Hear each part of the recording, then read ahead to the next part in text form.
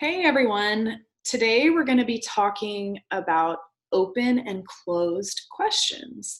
So, open ended questions are questions that we use in the counseling process to really elicit a lot of information from the client. So, tell me more about your relationship history. Or do you feel comfortable telling me a little more about that trauma? And if so, can you? Um, so it's a little bit challenging. As you could see, I got a little tripped up because a closed question is really a question that elicits a yes or no response. So, are you married? No. Do you have siblings? Yes.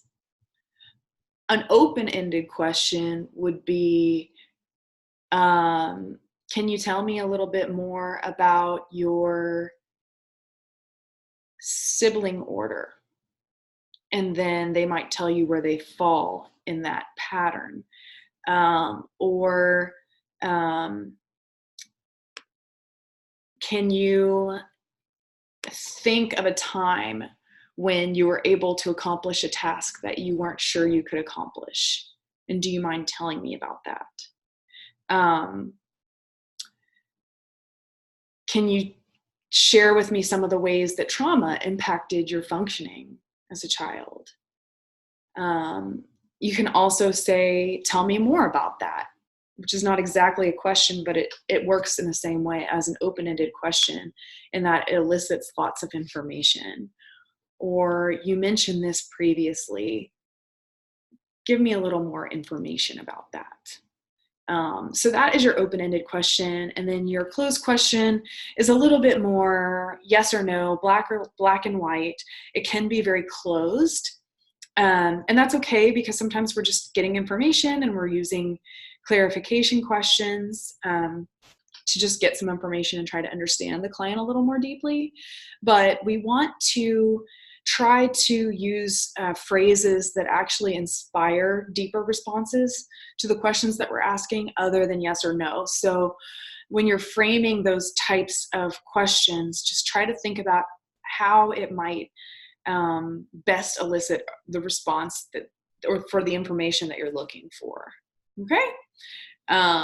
So that's all I have for you with open and closed questions.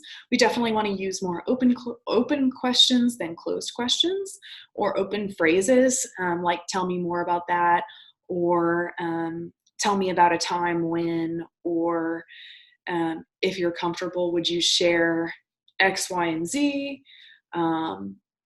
Or how did you feel about that? That's the classic open question.